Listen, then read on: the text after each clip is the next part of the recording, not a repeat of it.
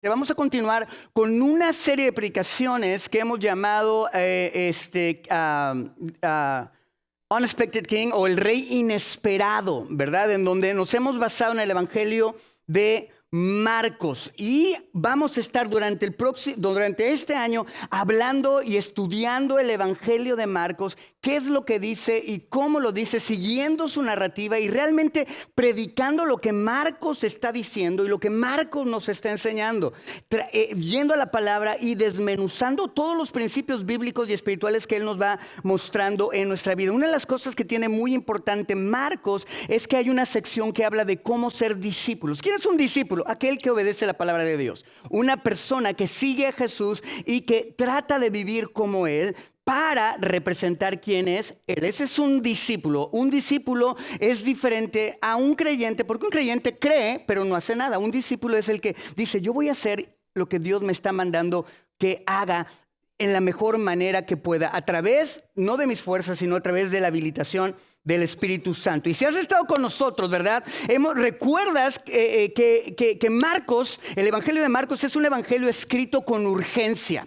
Está escrito de una manera rápida, con un ritmo, con prisa, como si Marcos nos estuviera diciendo, no te distraigas porque esto es demasiado importante. La manera en que escribe el evangelio, a diferencia de otros evangelios, es un evangelio rápido, es un evangelio que va al punto, es un evangelio que no anda hablando de muchas cosas, tradiciones judías, cosas. ¿Por qué? Porque su audiencia es gente que va movida, que tiene cosas que hacer como tú y como yo. Y eso es lo que escribe Marcos, porque le está escribiendo al pueblo romano, una nación, un imperio, ¿verdad? Que está ocupado, la economía, la guerra, conquistando, movido todo el tiempo. Y esa es la manera en que escribe este evangelio. Pero lo escribe no solamente por esta razón, lo escribe porque está diciendo, no te distraigas, lo que estás a punto de escuchar es muy, muy importante. Y la semana pasada hablamos acerca de cómo se veía un día típico en el reino, lo cual nos llevó a ver que un día típico de mi vida en el reino debe ser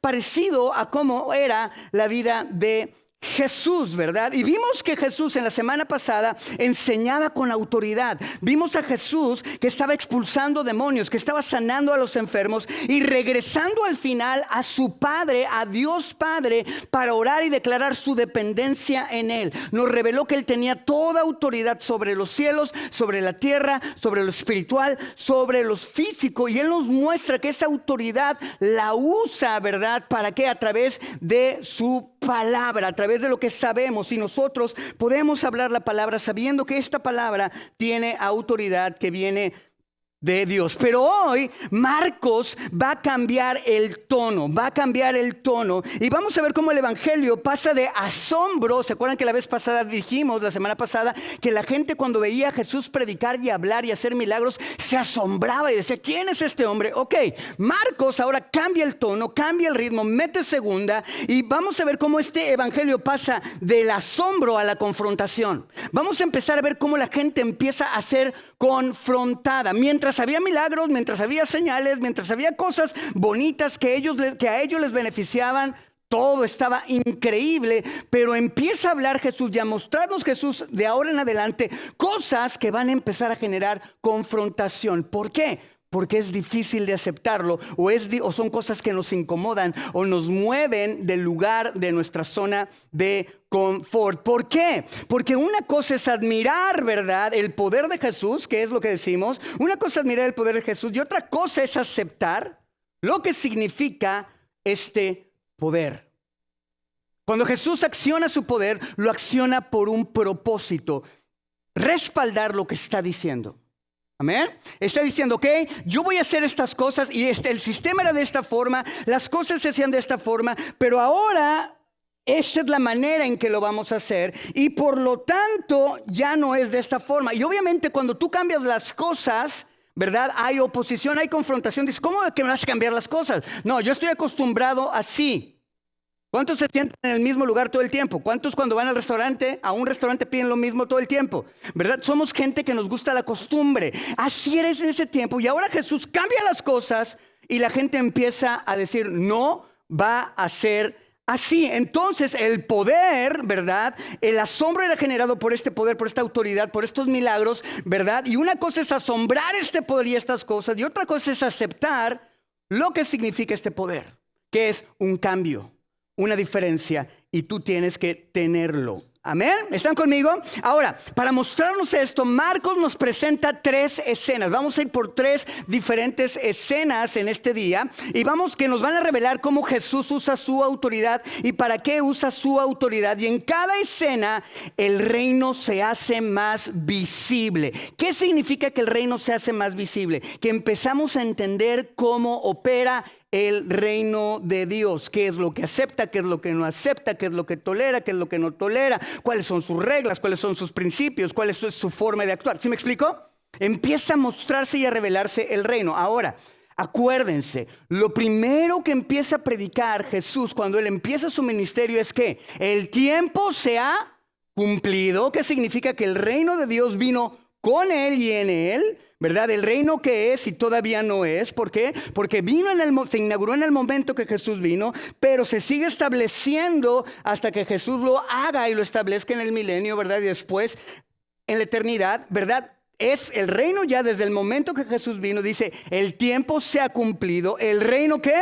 Está cerca. Y dijimos que la palabra cerca está a mano. O sea, yo estoy aquí en medio de ustedes, el reino está en medio de ustedes. Entonces, esa predicación de Jesús, Él lo que hace es mostrar la autoridad ahora que nosotros le hemos seguido, porque se acuerdan que lo que hizo Jesús después de que hace ese anuncio, llama a la gente a que le siga, ¿se acuerdan? Y esa respuesta que tenemos que tener tiene que ser ¿qué? Inmediata, instantánea. ¿Y cómo respondemos a Jesús? Arrepintiéndonos y ¿qué? Y creyendo lo que Él dice, creyendo lo que Él nos enseña. Si Él nos dice eso no es así que nos toca hacer. Sí es cierto, Jesús, yo lo creo por fe, ¿verdad? Lo acepto y me sujeto y voy a empezar a cambiar y voy a empezar a vivir como tú me dices que viva. ¿Están conmigo? Eso significa, pero cuando Jesús llama a estas personas, les quiere mostrar por qué los está llamando y qué le da autoridad para hacer las cosas.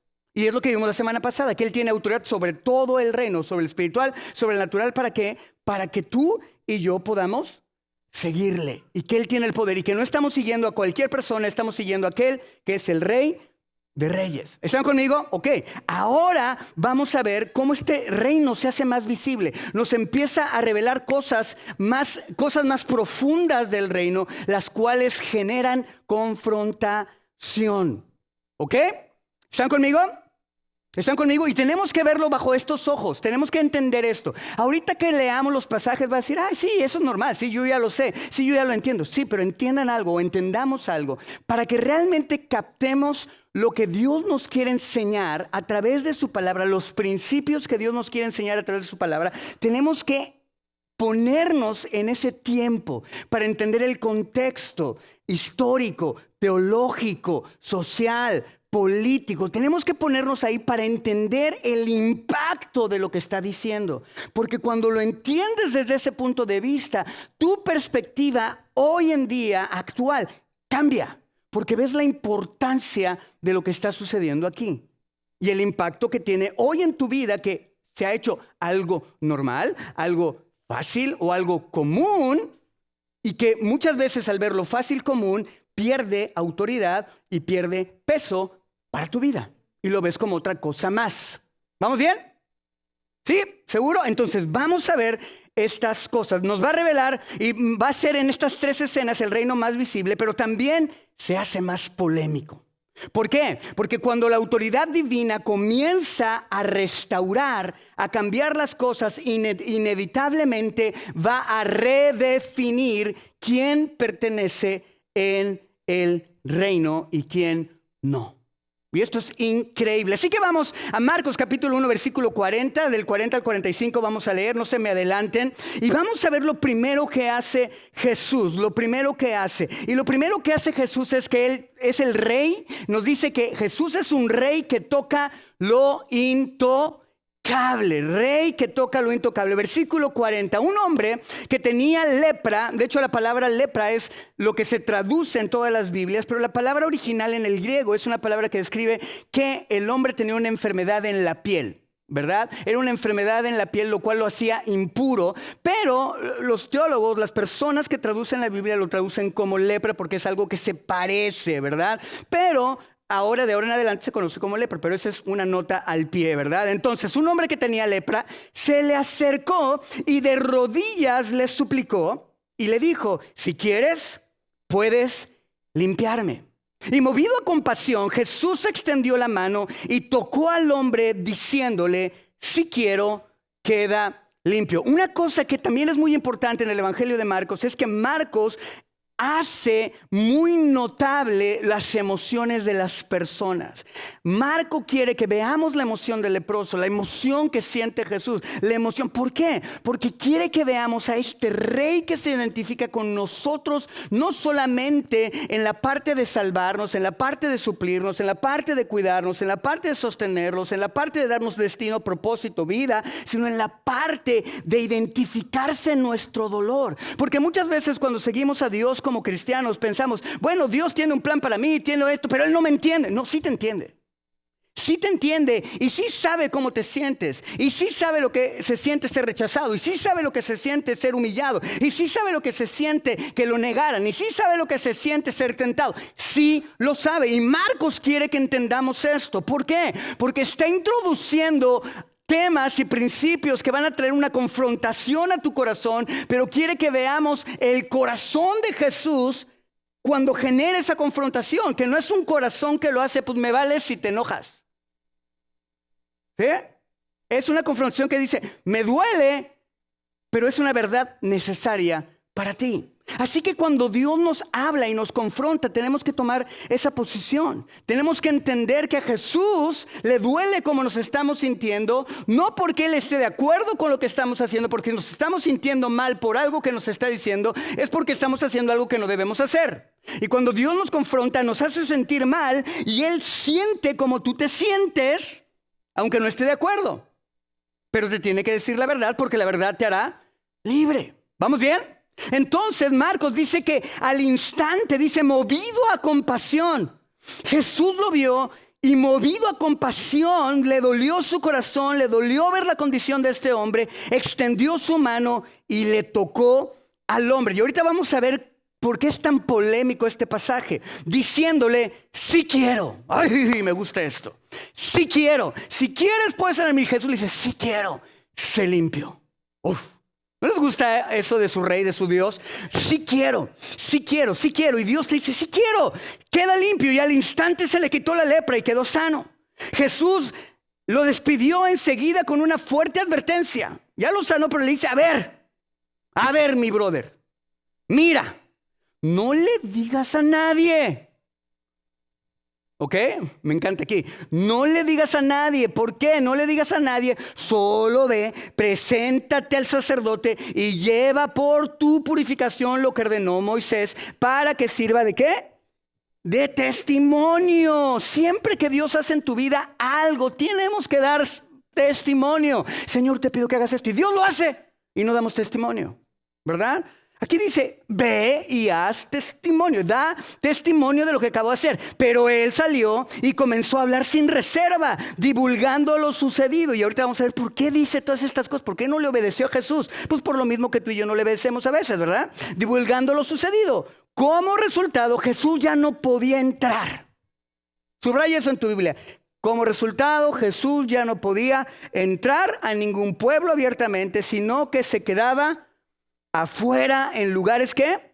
Solitarios. Aún así, gente de todas partes seguía acudiendo a él. Esto está súper cargado de teología, súper cargado de principios bíblicos que vamos a empezar a ver y te va a volar la tapa de los sesos. Está increíble. Ahora, Marcos, inspirado por Dios, sabemos que la palabra es inspirado por Dios nos presenta a un hombre con enfermedad en la piel, con lepra. Y necesitamos entender qué es lo que esto significa, el contexto para entender el texto y la implicación del texto. La lepra no era solamente una enfermedad en ese tiempo. Una persona que tenía esta condición era una persona que era o tenía que ser excluida de la vida normal en la sociedad. Era exclusión, era aislamiento, no podía convivir con nadie más y era vivir fuera de la comunidad. De hecho, la ley decía que no podían ni tocarles, porque si le tocaban, la persona que les tocaba quedaba inmunda, impura. Ahora, Levítico capítulo 3 y 14, le estoy dando el contexto teológico de esto para que entendamos, explica que cuando alguien era declarado impuro, ¿verdad? Estas personas leprosas eran declaradas como impuros. Digo conmigo, impuro. No necesariamente significa que habían cometido un pecado. Significa que eran simplemente impuros, que no podían tener o participar en la comunidad. Eran excluidos, eran aislados, eran personas que no podían ir al templo, no podían participar de la adoración a Dios en comunidad como tú y yo lo hacemos el día de hoy. Entonces, no había cometido ningún pecado específico, significaba que ritualmente no podían acercarse al templo, ni participar en la adoración, ni vivir dentro de la comunidad. ¿Vamos claros? ¿Está quedando claro? Ok, vean esto porque vamos a ver una progresión. En una de las historias más adelante sí vamos a ver una diferencia. Pero en este momento vamos a ver que esta persona simplemente no se sentía digno de venir a la iglesia, como muchas veces algunos de ustedes se sienten, ¿ok? Lo que significaba es que era incompatible con todo lo santo. Tenía que vivir afuera, en pocas palabras, era una muerte social. Ahora entendemos por qué cuando Jesús lo ve dice, wow, yo entiendo por lo que ha pasado este hombre. Ha estado muerto socialmente, nadie lo ha tocado. De hecho, la palabra de Dios nos enseña que cuando veían a un leproso, tenían que gritar, ¡leproso, leproso! Y la gente huía. Y se alejaban de él. Por eso cuando el leproso viene, dice que Jesús siente compasión. Siente compasión de lo que está pasando. La voy a poner acá. Siente compasión de lo que está pasando. Y esto es increíble. ¿Por qué? Porque él lo ve y dice, yo sé lo que has sufrido, sé lo que te ha pasado, sé cómo te has sentido humillado, rechazado, expuesto, sé cómo te sientes. Yo creo que muchos de nosotros nos podemos identificar con este leproso, que nos sentimos rechazados, exhibidos. Muchas veces nos sentimos excluidos, sacados de la comunidad simplemente porque hemos cometido errores, o simplemente porque nos sentimos que no somos parte, o simplemente porque a la gente no se le pega la gana aceptarte. ¿Verdad que sí? Algunos nos hemos sentido así, ¿verdad? Yo lo creo. Y este hombre hace algo que no debería hacer. Se le acerca a Jesús y se le arrodilla. Él ve a Jesús, él ha escuchado de Jesús y cuando lo ve, lo primero que sale de su corazón es acercarse. Él mismo sabía que no debería acercarse, pero él tuvo fe de que él, Jesús, que estaba viendo, podía cambiar las cosas en su vida y viene delante de él, se arrodilla y le dice, si quieres, si tú quieres, puedes limpiarme. Si tú puedes hacer que sea aceptado en la comunidad, que pueda entrar en el culto religioso, que la gente me pueda tocar, que la gente me pueda aceptar, que la gente me pueda abrazar. Si tú quieres, puedes limpiarte. Y vean esto, está cañón. El leproso, esto está muy cañón, muy cañón. Pongan mucha atención en esto. Vean lo que está pasando aquí, lo que Marcos nos está tratando de enseñar. El leproso no está dudando del poder de Dios. ¿Lo podemos ver? No está dudando del poder de Dios. Está dudando del querer de Jesús. Está dudando de la voluntad de Jesús. ¿Quieres? Yo sé que puedes, pero ¿quieres? Y muchas veces en nuestra vida cristiana nos acercamos a Dios con la misma intención y con el mismo sentimiento. Yo sé que puedes, pero ¿querrás? Me siento impuro, me siento impío, me siento excluido, me siento señalado, me siento humillado, ¿Quieres? ¿Realmente quieres? Yo no creo que quieras, Jesús. Ve mi vida, ve cómo he sido, ve lo que he hecho. No cuestiona la capacidad de Jesús, cuestiona la disposición en el corazón de Jesús. ¿Estás dispuesto, Jesús? ¿Estás dispuesto, Jesús? Y Marcos y Jesús habla de su corazón y dice, sí quiero. Esto está increíble. ¿Ven la relevancia? Si empezamos a ver el texto en la parte histórica y nos sentamos y lo leemos y lo sentimos y vemos la tensión que se está generando en ese momento cuando un leproso se acerca a un hombre santo al cual no se debe acercar y se arrodilla y tú estás, ¿qué está haciendo este cuate? Que va a tocar a Jesús, lo va a hacer impuro, porque era lo que creían. Y no solamente eso, le dice, Señor, si tú quieres puedes limpiarme. Y Jesús le dice, quiero, sé limpio, y lo toca. Jesús, ¿qué está pasando contigo? ¿Qué estás haciendo? ¿Qué no conoces la ley? Claro que Jesús conocía la ley, pero está haciendo algo. Está diciendo, las cosas han cambiado. Las cosas han cambiado. Las cosas han cambiado. Han cambiado. ¡Wow! Y Marcos nos revela algo hermoso acerca del corazón del rey, movido a compasión. Jesús no es frío, no es distante, no es indiferente. Su poder está unido a su compasión. Él tiene compasión de ti y de mí. Él tiene compasión de nosotros. No importa qué tan mal, no importa qué tan malo, qué tan fuerte han sido tus errores, Él tiene compasión de ti. Eso no te descalifica. El hecho de que te sientas rechazado porque en tu vida te rechazaron, porque tu padre no te aceptó, porque tu madre te rechazó, porque tus hermanos no te hablan, el hecho de que te sientas rechazado por causas que no tienen que ver con el pecado, no significa que Dios no te acepte. Y aun cuando tuvieran que ver con el pecado, también Dios te acepta, pero ahorita lo vamos a ver adelante. Pero estamos hablando de causas que lo hacían impuro y no era el pecado. Era una enfermedad, era una condición, era algo que había pasado. A lo mejor te adoptaron y nunca te quisieron.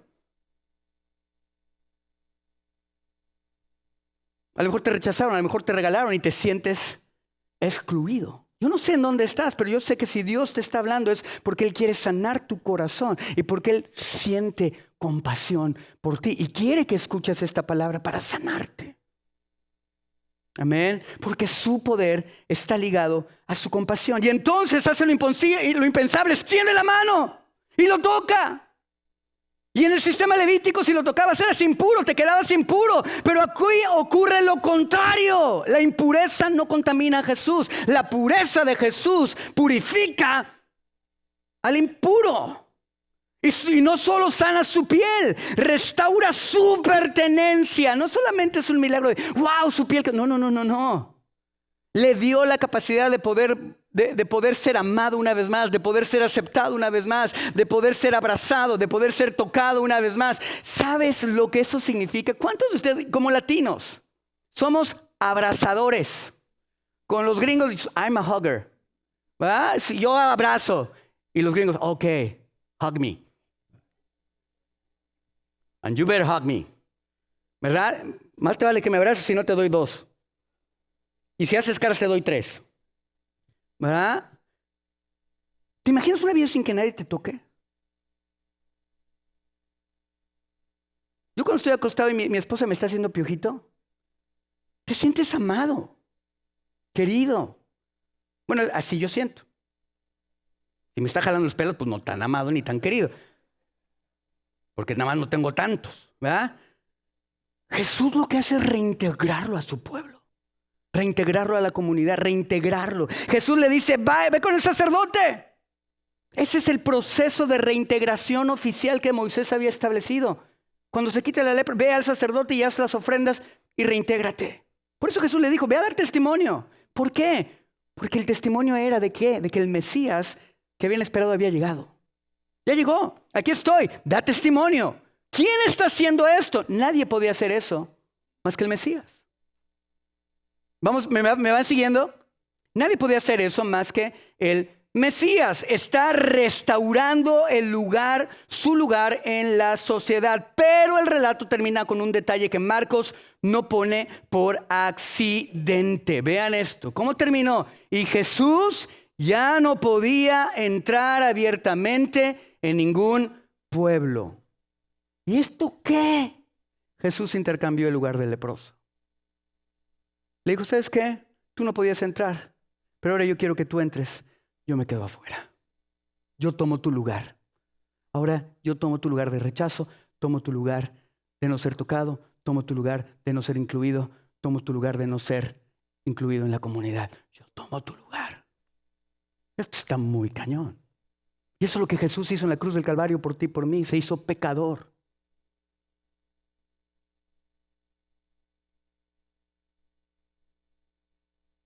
Se hizo pecador. Pecado, perdón, no pecador. Se hizo pecado porque él no pecó. Pero el pecado del mundo vino sobre él. Y al morir, pagó el precio del pecado, la cual es muerte, de acuerdo a Romanos 6:23. ¿Están conmigo? Está cañón. Él estaba fuera, el leproso, y ahora entra. Y el que estaba dentro ahora está fuera. Hay un intercambio. El rey no redime desde la distancia. Redime acercándose. Redime asumiendo el costo.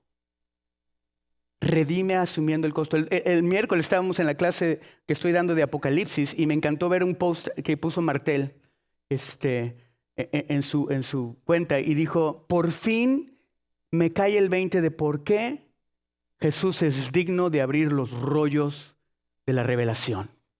Dice, por fin, porque Él pagó el precio. No solamente porque Él era Dios y, pues yo soy Dios. Bueno, no. Él pagó y esto es lo que está haciendo Jesús. Jesús redime, no redime desde la distancia. Y muchas veces queremos que Dios nos redime desde la distancia sin estar en su presencia. Y aquí hay un principio que nos revela el carácter del rey y el siervo de Dios. Acuérdense, Jesús no vino a ser servido, vino a servir. Ese es el punto principal del Evangelio de Marcos. Marcos quiere que entendamos y Marcos quiere revelarnos a un rey que se hace siervo. A un rey que no estima el ser igual a Dios como cosa que aferrarse. A un rey que dice, yo me despojo de mi trono para ir a servir a la gente. Y esto es servir a la gente, yo me quedo afuera para que tú entres. Servir, Él vino a servir y no a ser servidos. Y lo que nos dice este siervo rey es que este principio es que el siervo rey no usa su autoridad para protegerse del quebranto. Él no dice, no, yo tengo autoridad, yo no voy a permitir. Manden a mis ángeles, manden a mis principados, manden a mis ángeles, a mis arcángeles, a mis querubines, a mis serafines. Yo no voy a permitir que nada malo me pase a mí. No, él no usa su autoridad para protegerse, la usa para afrontarlo y así traer restauración. Qué cañón, está muy cañón. Yo no sé si te está cayendo el 20, pero a mí sí. ¿Ok? Sí te está cayendo el 20, ¿verdad? Dime que sí, miénteme. ¿Ok? La segunda cosa que tenemos que aprender, ¿ya aprendimos lo primero? ¿Ya aprendimos lo primero? ¿Qué es lo primero? El rey que toca lo intocable. El rey que tiene toda esta autoridad en el cielo, en la tierra, y sobre el cielo, en la tierra y debajo de la tierra. El rey que tiene la autoridad sobre el reino espiritual y el reino físico, que se basa en su palabra. Este rey es un rey que usa su autoridad para tocar lo intocable y hacerlo tocable. ¡Ojo! ¡Ajúa! Me gusta esto. La segunda cosa que tenemos que ver es que este rey es un rey que perdona lo que nadie puede perdonar. ¡Ay! Y aquí vamos a empezar a meter el dedo a la llaga. ¿Cuántas cosas tienes que nadie te puede perdonar en tu mente? Y vives de acuerdo a esa condenación que sientes porque sabes que nadie te perdonaría. Y es verdad, nadie te perdonaría eso, pero el rey sí. Vean esto, capítulo 2, versículo 1. Unos días después, cuando Jesús entró de nuevo a Capernaum, corrió la voz del que estaba en casa. Corrió la voz de que estaba en casa, en la casa donde estaba en Capernaum. Y se aglomeraron tantos que ya no quedaba sitio ni siquiera frente a la puerta mientras él les predicaba la palabra. Todo el mundo se aglomeró ahí. Entonces llegaron 4 hombres que le llevaban un paralítico. Como no podían acercarlo a Jesús por causa de la multitud, quitaron parte del techo encima de donde estaba Jesús y luego de hacer una abertura, bajaron la camilla. Imagínense el relajo que están haciendo estos cuates. O sea, imagínense que yo estoy predicando y de repente empieza a hacer un hoyo ahí. Y Jesús así como, ¿qué trance? Si hubiera sido yo, se hubiera distraído Jesús. Así que, espérense. No, o sea, yo tengo atención dispersa, ¿no? Pero imagínense Jesús si hubiera tenido atención dispersa. Gracias a Dios, no, él no se distrajo. ¿Ok? Pero imagínense el relajo. Empiezan a mover, y se oía, ¿no? O tú cuando quitas demoles algo en una casa para renovarlo, ¿es calladito? Sí se oye, ¿verdad? Entonces imagínense el relajo. Imagínense, ¿verdad? Entonces empezaron a quitar partes de encima del techo por donde estaba Jesús. Aparte le calcularon, a ver, como que a 5 pasos. A ver, márcale, hijo, márcale, Juanito, órale, carnal, márcale, aquí mero, aquí la cruz, órale, aquí, acá, dale. ¿Te lo imaginas? Es que eran mexicanos, de Tepito. ¿Ok? Ándale, carnal, sí, tú jálale, ahorita, no importa, carnal, mira esta multitud, ahorita lo arreglamos. Dice tú, pregúntame, ahorita. Soy Mexican, I can do it, ¿ok?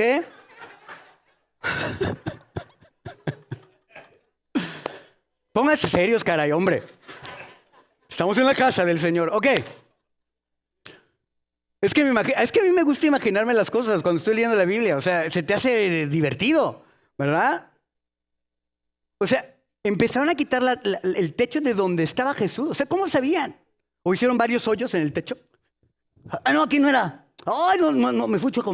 A ver, tanto. No, tampoco. Híjole, ya le dejamos bien agujerado el techo. Ok. Ok. Bueno.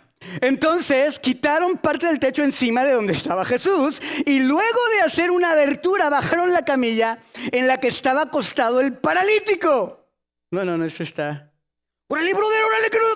¡Bájale, hijo, que se nos va chueco! ¡Órale, bájale! Tú, a las 3. 1, 2, 3, espérate, ¿no? Que después de las 3. Pues yo pensé que a las 3. Ok, pues a las 3. 1, 2, ok. Ya, me voy a poner serio, perdón. Sigo desvariando. Ok, y bajaron la camilla en la que estaba acostado el paralítico y al ver Jesús la fe de ellos, no vio su relajo, vio su fe. ¡Ah, qué padre! Y le dijo al paralítico, hijo, tus pecados te son perdonados.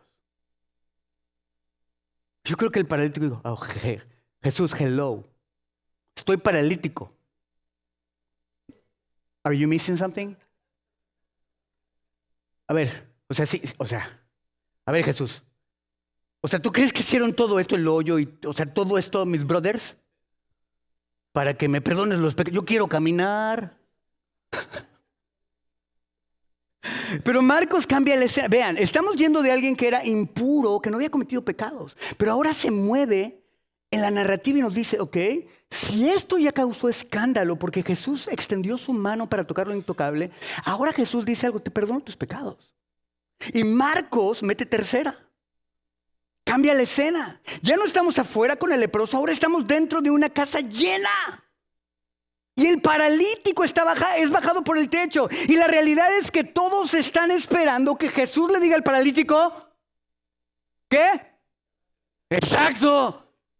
Y Jesús, tus pecados son perdonados. Y todos así como que. Los discípulos, ¿no? Así como que. ¿Qué onda, Jesús? Así como que, ay, espérate, ¿qué me estoy perdiendo? ¿Qué onda? ¿No? Todos esperan que les digan al paralítico, levántate. Pues es lo que viene haciendo Jesús, ¿no? Sanando y liberando, sanando y librando, sanando y librando. Y muchas veces nos quedamos con la idea de que queremos que Jesús siga haciendo lo mismo que hemos visto que ha hecho toda su vida y todo el tiempo. Y lo metemos en una cajita. Pero cuando Jesús dice, te perdono tus pecados, en vez de decirte, levántate, arde Troya. Pero Jesús les dice algo inesperado. Hijo, tus pecados te son perdonados, quedan perdonados. Y esto lo cambia todo. ¿Por qué? Porque ahora el problema ya no es impureza ritual. Ahora el problema es culpa real. Jesús está lidiando con el pecado de esta persona, con tu pecado, con mi pecado. Jesús primero está lidiando, ¿verdad?, con aquellas cosas que te hacen sentir rechazado, excluido, hecho fuera de la comunidad. Y ahora está lidiando con aquellas cosas que te causan alejamiento real de Él por causa de Él pecado, está lidiando con el pecado y los escribas entienden perfectamente esto. Volvamos al contexto. Los que están ahí, está la multitud, pero había escribas, había gente que sabía la ley. Y dice, versículo 6, estaban sentados ahí algunos maestros, ¿de qué? De la ley. ¿De qué ley estamos hablando? De la ley de Moisés. ¿De qué ley estamos hablando? De la misma ley que decía que los leprosos no podían acercarse. De la misma ley, de la ley de Moisés. De la misma ley. ¿Están conmigo? Es la misma ley. Está cañón. Sí, Moisés. Me confundí, se me fueron las cabras. Moisés. Y estaban ahí sentados con los maestros de la ley que empezaban. ¿Por qué habla así? Empiezan a ver confrontación. Ya no les gustó. Pues Jesús hubiera dicho, pues mejor levántate y nos evitamos la bronca. Me dijo, tus pecados son perdonados. ¿Y por qué habla así? Está blasfemando. Está diciendo algo en contra de Dios. Está diciendo algo en contra de la ley. Está diciendo algo en contra de lo que Dios nos ha enseñado. ¿Cómo se atreve? ¿Quién puede perdonar pecados si no solo Dios? ¡Qué cañón! ¿Quién? Solo Dios. Y esta es exactamente la pregunta correcta. Porque el punto central de este pasaje no es la sanidad física. Marcos no quiere que veamos que un leproso sanó o que un paralítico sanó. No. Tenemos que ir más profundo. Si tú has interpretado este pasaje y simplemente has dicho, pues Dios tiene poder para sanar paralíticos y sanar leprosos. No, te has perdido el principio del reino de Dios. Porque ese no es el punto que está haciendo Marcos. Marcos no quiere que entiendas eso y te vayas de la iglesia pensando, bueno, pues Dios sana. Y a mí nunca me ha sanado. Ese no es el punto. Ese no es el punto que está haciendo aquí. Este pasaje no es acerca de la sanidad física. Tiene sanidad física, pero ¿por qué tiene sanidad física? ¿Qué les dije al principio? ¿Por qué? Dios respalda lo que dice. ¿Con qué? Con un milagro. ¿Y qué dice después Jesús más adelante? Si no me crees, si no crees mis palabras, ¿cree qué? Cree en lo que hago. ¿Y por qué creen lo que hago? Porque lo que hacía Jesús era lo que había sido profetizado por todos los profetas. Dar a vista al ciego, apertura de cárcel, libertad al cautivo. ¿Vamos bien? El milagro, el poder, la autoridad respaldaba lo que Jesús hablaba. Y eso es lo que estamos viendo aquí. ¿Vamos bien? Está cañón. Está cañón. Y esa es la declaración, lo que dice Jesús. Es una declaración y es un principio. Y tenemos que ver algo muy importante. Jesús no está actuando como sacerdote. Jesús no está actuando, no está pronunciando un sacrificio. No está diciendo, Dios te perdona. ¿Qué está diciendo? Tus pecados te son perdonados. ¿Qué está haciendo? Está hablando ¿con qué? Con autoridad. ¿De qué? De su palabra. ¿Está hablando con qué? ¿Con la autoridad de qué? ¿Qué vimos la semana pasada? ¿Dónde empieza la autoridad de Jesús? No empieza con los milagros ni con las liberaciones. ¿Empieza en dónde? En la palabra. ¿Cómo relacionaban los milagros y las liberaciones la gente en el capítulo pasado? Con la palabra. No los separaban. No veían nada más el milagro. Veían la palabra. Decían, ¿cómo habla este hombre? ¿Por qué habla así? ¿Con qué autoridad? Está hablando con su propia palabra. Entonces hace algo aún más profundo. Pongan atención porque estamos desarrollando la idea, no se me distraigan. Versículo 8. En ese mismo instante supo Jesús en su espíritu. No estaban diciendo nada, pero lo supo en su espíritu, que muestra su omnisciencia, que todo lo sabe, que esto era lo que estaban pensando. Estos cuates no lo dijeron, lo pensaron. ¿Vamos bien? Como ahorita que estaba diciendo esto, que Dios tiene el poder para restaurarte y hacerte parte de la comunidad, y algunos de ustedes dijeron, ay, sí, cómo no. Ojo, sí, chuchita. ¿Y tus calzonzotes de qué color son? Así como usted, así. Jesús. No, pues Jesús no puede conmigo. Ahí estabas, así Jesús. Te oye, y así lo soy yo. ¿Verdad? Lo soy yo. Y les dice, ¿por qué razonan así? ¿Qué es más fácil? ¿Decirle al paralítico, tus pecados te son perdonados? ¿O decirle, levántate, toma tu camilla y anda? Y si nosotros le contestáramos a Jesús, le hubiéramos dicho, pues lo segundo. Pues es lógico, ¿no, Jesús? ¿Sí o no? Pero no. Pues para que sepan, vean esto. ¿Por qué Jesús dice primero, tus pecados te son perdonados? Y después les dice, ¿qué es más fácil? ¿Decir tus pecados te son perdonados o decirle, levántate, toma tu lecho y anda? ¿Qué es más fácil? ¿Por qué Jesús hace eso? Porque perdonar los pecados es algo que no es visible. ¿Verdad que sí? Si Jesús viene y te dice, tus pecados te son perdonados, Omar, tus pecados te son perdonados, Jesse, tus pecados te son perdonados, tus pecados te son perdonados, perfecto. ¿Cómo sabes que te los perdono? Pues no se ve. Sí, ¿es cierto, Jesús? O sea, ¿qué tengo que sentir algo así raro? O sí, me siento igual que siempre. Porque nosotros somos gente que nos gusta sentir cosas para comprobar que sí es cierto.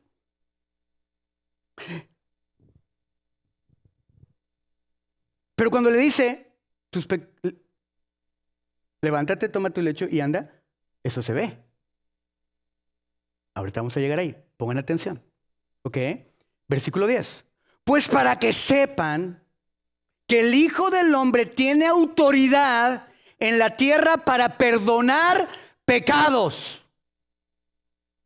¿Qué está diciendo esto? Está blasfemando. Solo Dios puede perdonar pecados. Ok, pues para que sepan que el Hijo de Dios tiene autoridad en la tierra para perdonar pecados, se dirigió entonces al paralítico. Imagínense esto. Y le dijo, a ti te digo, levántate, toma tu camilla y vete a tu casa. ¡Wow! Y versículo 12, él se levantó, tomó su camilla enseguida y salió caminando a la vista de todos.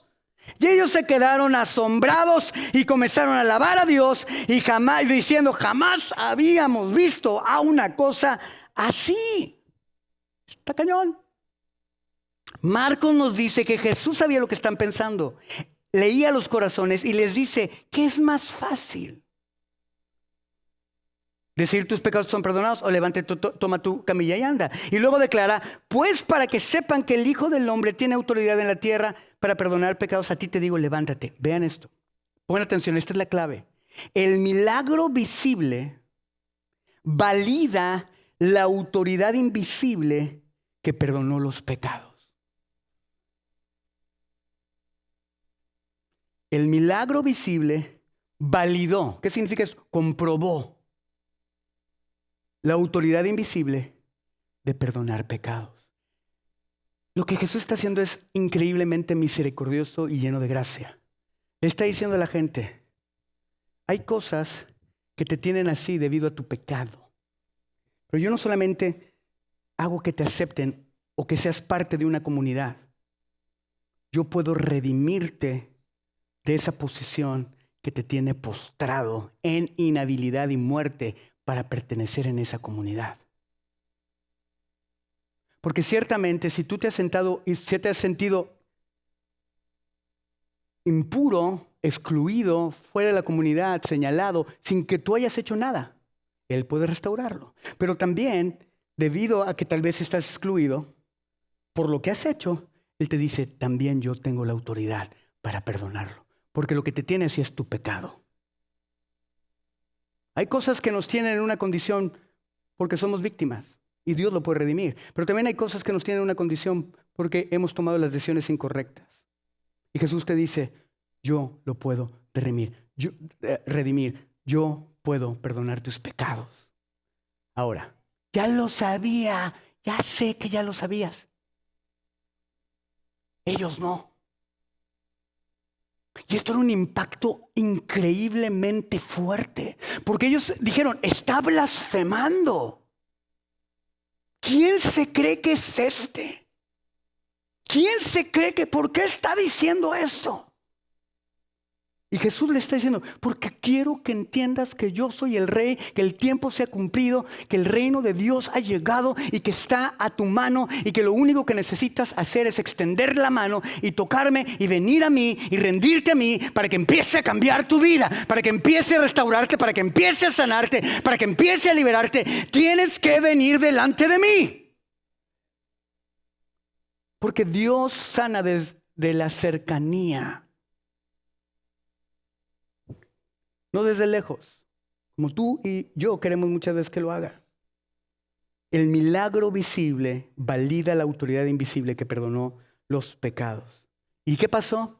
Se levantó, tomó su camilla, salió corriendo a la vista de todos, caminando, y ellos se quedaron asombrados una vez más y comenzaron a alabar a Dios. Jamás habíamos visto algo igual. ¿Y sabes qué, mis amados, preciosos hijos de Dios? Dios quiere asombrarte. Dios quiere asombrarte y Él es digno y está dispuesto. Si quieres, quiero. Pero es que soy yo te toco. El hombre se levanta, todos quedan asombrados, pero el asombro es diferente. Ya no es solo tiene poder. Ahora es ¿quién es este?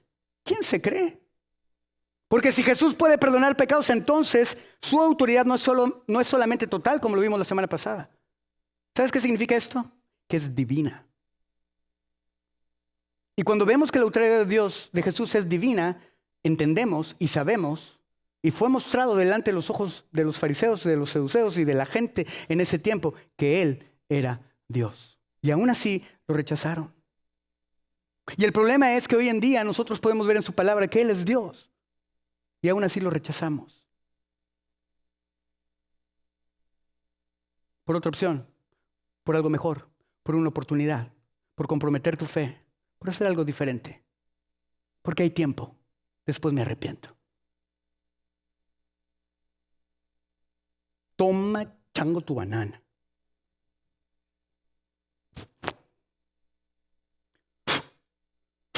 Están llorando mis lentes. ¿Están conmigo? Que está muy cañón. Es divina. Y solo Dios tiene autoridad divina para perdonar el pecado. Nadie más. Nadie más. Y ellos lo sabían. Nadie puede perdonar pecados. Y Jesús le dice exactamente. Para que sepan que yo tengo autoridad en la tierra para perdonar pecados. A ti te digo, levántate, ahora le vas. Vas que chutas. El milagro comprobó lo que estaba diciendo. Está cañón. Y aquí comienza oficialmente.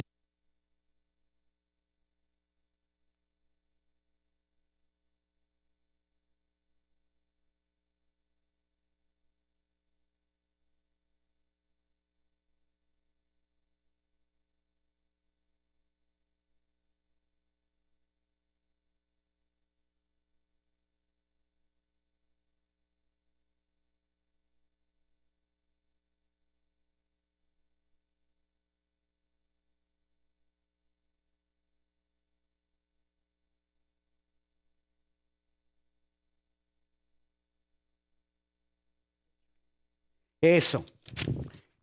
Gracias. ¿Están bien? ¿Están bien? ¿Le seguimos o ya me cayó? Y todos, ya hay quien dijo que le sigan, yo ya tengo hambre, ya nos queremos ir, ya voy a terminar. ¿Ok? Entonces, aquí comienza el conflicto. ¿Por qué? Porque cuando alguien reclama autoridad divina, el sistema religioso se siente amenazado. Si no te pases. Cuando Jesús perdona, no actúa como representante de Dios, actúa como Dios. Está diciendo, yo soy Dios. Y lo tercero que tenemos que ver, ¿están listos? Está cañón. Está cañón. El rey redefine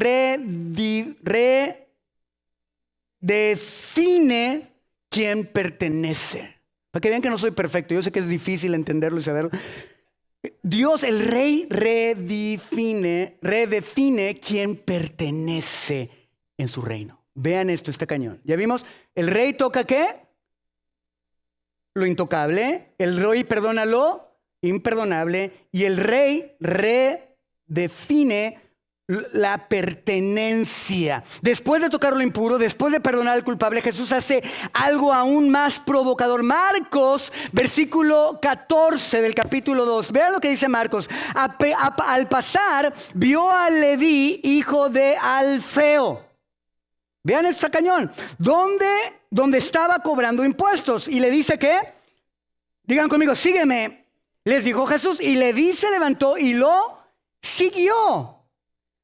¿A quién llamó Jesús? A un recaudador de impuestos. En este contexto, un recaudador de impuestos, para los que no lo saben, en este contexto esto significaba un traidor. ¿Por qué? Porque eran judíos que compraban una franquicia que decían: yo quiero comprar este derecho de recoger impuestos a mis consanguíneos judíos, y dime cuánto quiere Roma. Y Roma decía: yo nada más quiero 1000, tú sácales lo que quieras, pero a mí dame 1000. Y eso es lo que hacía Mateo. Entonces era un traidor, era un colaborador de Roma, era un explotador de su propio pueblo, era ritualmente impuro, excluido de la sociedad como el leproso, y socialmente excluido. ¿Y qué hace Jesús? Le dice: ven.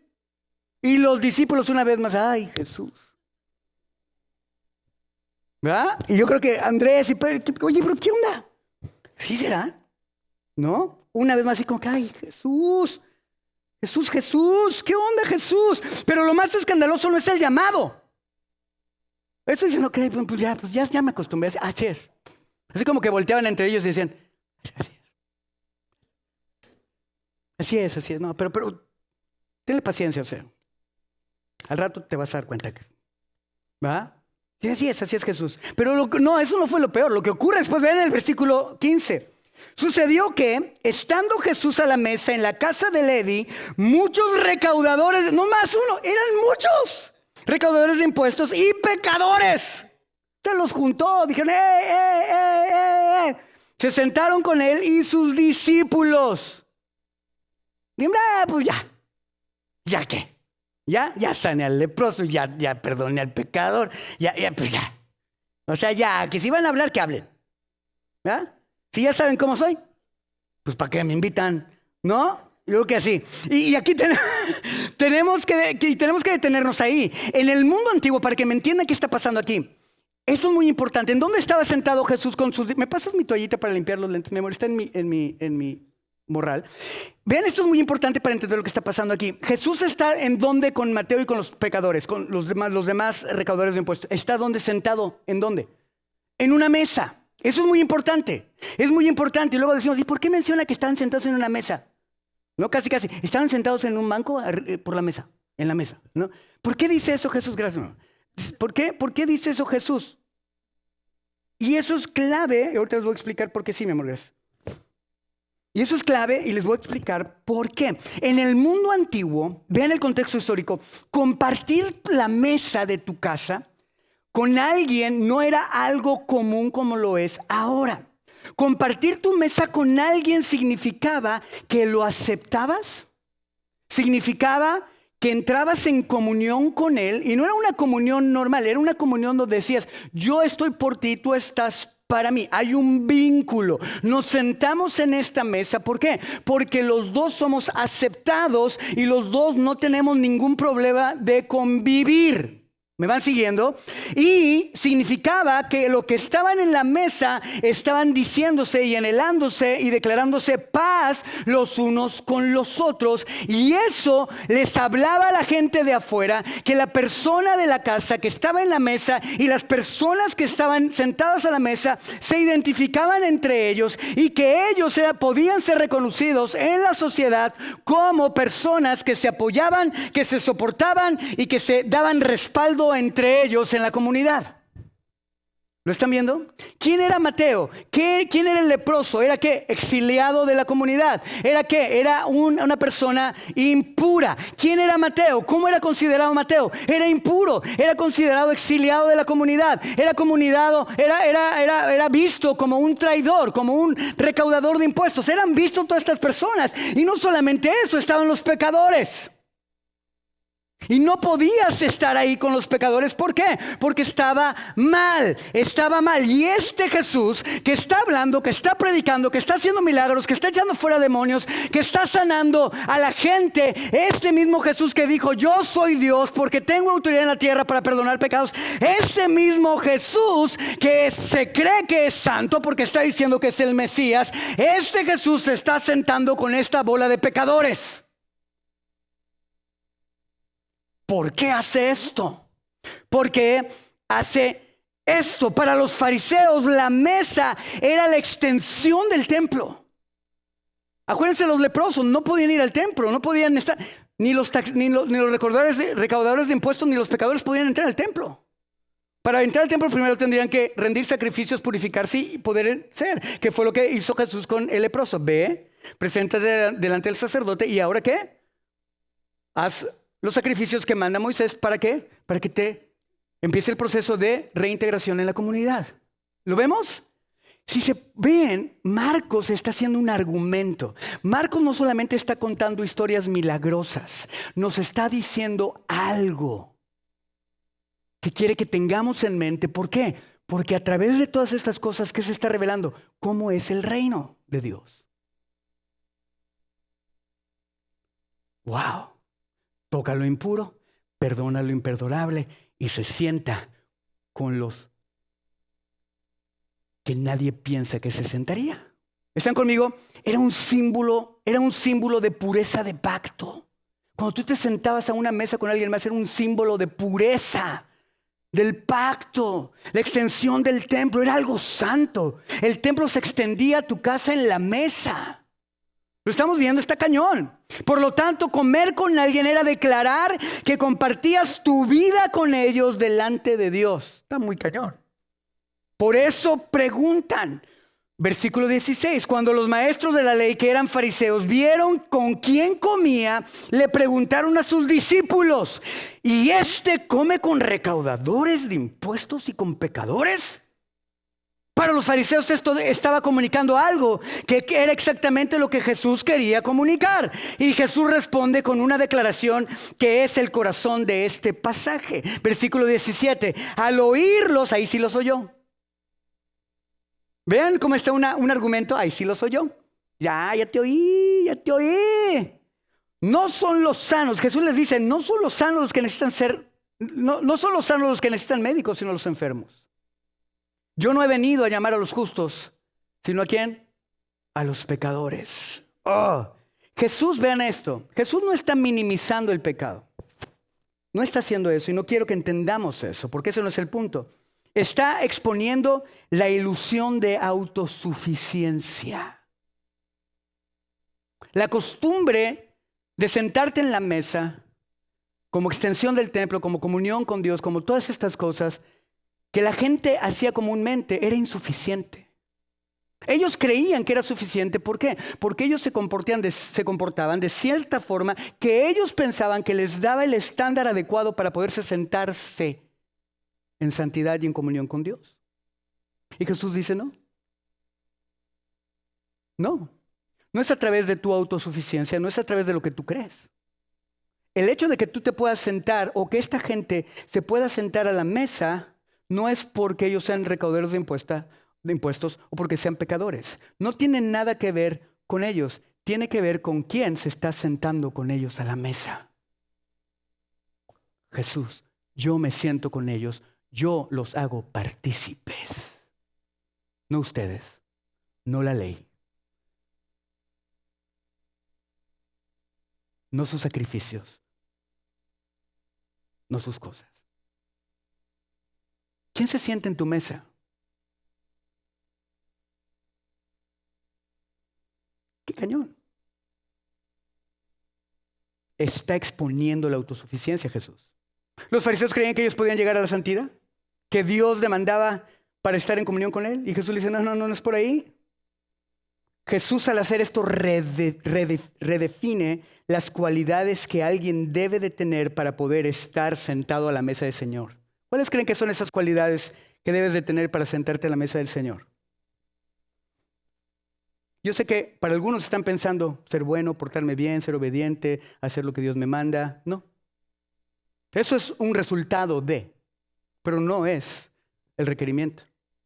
¿Sabes cuál es el requerimiento?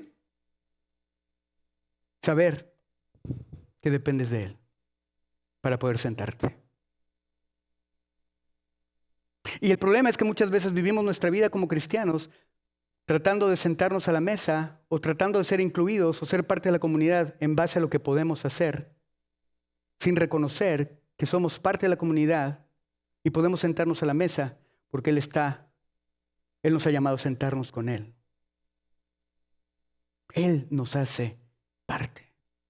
Es lo que Jesús está mostrando en estos milagros. Eso está mostrando. Y Jesús, al sentarse en la mesa con los pecadores y recaudadores de impuestos, está declarando un principio del reino. El reino no se organiza alrededor del mérito, se organiza alrededor de la necesidad reconocida. Cuando tú vienes delante de Dios y dices, ¿sabes qué, Señor? Yo no puedo. Soy indigno, soy impuro, soy un pecador. Estoy roto. Cuando tú vienes delante de Él y dices, Señor, hay tantas cosas que todavía me llenan y sé que te lastiman, cosas que pienso, cosas que hago. Pero Señor, dependo de ti, purifícame. Ahora, eso no significa que Jesús no está minimizando el pecado. Jesús no está diciendo que está bien que te... No, yo no estoy diciendo que está bien. Estoy diciendo que reconozcas que no puedes, que no podemos y que vengamos a Él para que Él, a través de su Espíritu Santo, nos liberte. Y cuando nos perdone nuestro pecado, nos diga como le dijo a la mujer que fue hallada en adulterio. ¿Dónde están los que te acusan? Ok, no, ni yo te acuso. Vete y no peques más. Esto me lo dijo mi brother el miércoles que estábamos platicando al final de la clase. Qué padre, ¿no?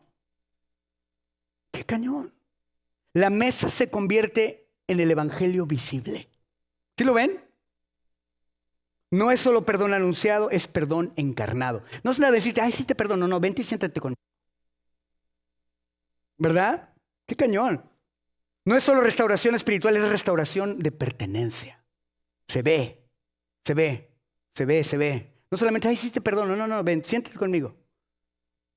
Ay, sí te perdono. No, vente. Tú eres de los míos, tú eres de mi brother, tú eres mi... Vamos juntos. Ahora vamos a echarle ganas. Después de limpiar el impuro, después de perdonar al culpable, Jesús redefine quién pertenece. Y la conclusión es esta. Tenemos que entender qué es lo que está haciendo Marcos en este pasaje y en esta narración. Marcos no está contando 3 historias aisladas. Está construyendo un argumento. Primero, Jesús toca lo impuro. Segundo, Jesús perdona al culpable. Y tercero, Jesús se sienta con el excluido. En cada escena vemos algo más profundo acerca de la autoridad de Jesús. No es solo autoridad para enseñar, no solo es autoridad sobre demonios, no solamente es autoridad sobre enfermedad, es autoridad divina. Y cuando la autoridad divina se manifiesta, redefine quién pertenece. El impuro entra, el culpable es perdonado, el excluido se sienta a la mesa y los religiosos se incomodan. Porque cuando la gracia redefine pertenencia, siempre habrá confrontación. Siempre. En el capítulo 1 vimos que la gente estaba asombrada. En el capítulo 2 vemos a los líderes molestos. ¿Por qué? Porque el poder que asombra es fácil de admirar.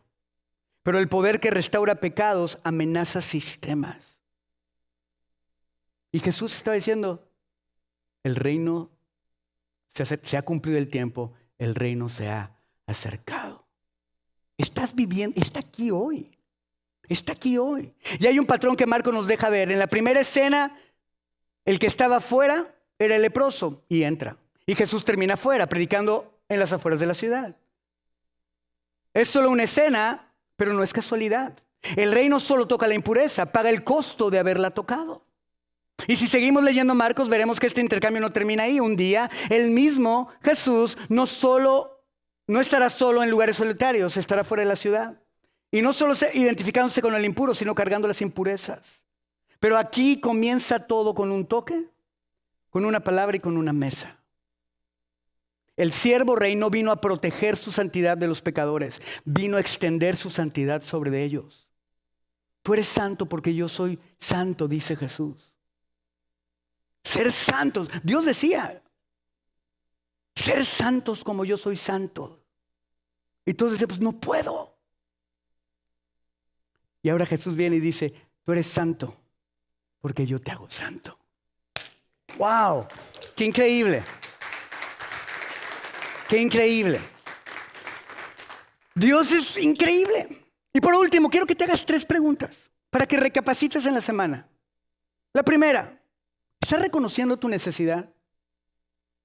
¿Hay áreas en tu vida que están estancadas simplemente porque no estás reconociendo tu necesidad? Las estás trayendo delante de Dios. Desde la mañana, como lo vimos la semana pasada, en la mañanita, en la madrugada, se paró Jesús y vino delante de Dios y dijo, Señor, para que yo pueda hacer lo que tú me estás llamando a hacer, dependo de ti, necesito de ti. Yo me levanto y cada vez que me levanto digo, Señor, para que yo pueda hacer lo que tú me estás llamando a hacer, necesito de ti porque yo no puedo. No puedo predicar como tú quieres que predique, no puedo ser el papá, ni el esposo, ni el hijo, no puedo ser, soy muy cabezón, soy muy enojón, soy muy burro. ¿Reconoces tu necesidad? El leproso reconoció su incapacidad, el paralítico dependió de otros para llegar a Jesús. Leví dejó la mesa de los impuestos y siguió a Jesús y se sentó en la mesa de Jesús. ¡Qué padre! Dejó la mesa de los impuestos y escogió la mesa de Jesús. En cada caso, el punto de partida fue reconocer la necesidad. El reino no comienza con perfección, comienza con rendición. La segunda pregunta, ¿quién define tu pertenencia? ¿Quién está definiendo en dónde perteneces? ¿Tu reputación? ¿Tu desempeño? ¿Tu historia pasada? ¿O la autoridad del rey que dice, si quiero, queda limpio, tus pecados te son perdonados, sígueme y siéntate conmigo? ¿Qué define tu pertenencia? La pertenencia en el reino no se basa en el mérito, se basa en la gracia. Y por último, la tercera pregunta, ¿a quién sientas en tu mesa? Si Jesús redefine quién pertenece, ¿está sentado Él en la mesa? Entonces, de la otra forma, la iglesia no puede volver a levantar muros que Él derribó. ¿Refleja nuestra mesa? ¿Refleja mi mesa la misericordia del Rey? ¿Estoy sentando en mi mesa gente que necesita sentarse en mi mesa para ser perdonada, limpiada y aceptada? ¿A través de las palabras que le tengo que decir? ¿O simplemente acepto en mi mesa a la gente que piensa como yo y que me cae bien? ¿Estás usando tu mesa para extender el reino? ¿Ven que es bíblico invitar a la gente a comer? Pero inviten a los pecadores que no conocen a Cristo, ¿ok? ¿Refleja nuestra mesa la misericordia del Rey? ¿O refleja nuestras preferencias? Porque la mesa de Jesús no es un club exclusivo. Es el lugar donde la gracia se hace visible. Mis amados, la iglesia, la autoridad de Jesús no es frágil, no es defensiva, no es selectiva, es redentora.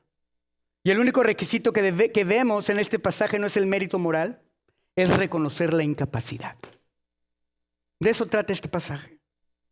Y reconocer la capacidad del Rey para cambiar todas las cosas. El Rey inesperado y su mesa siguen abiertas.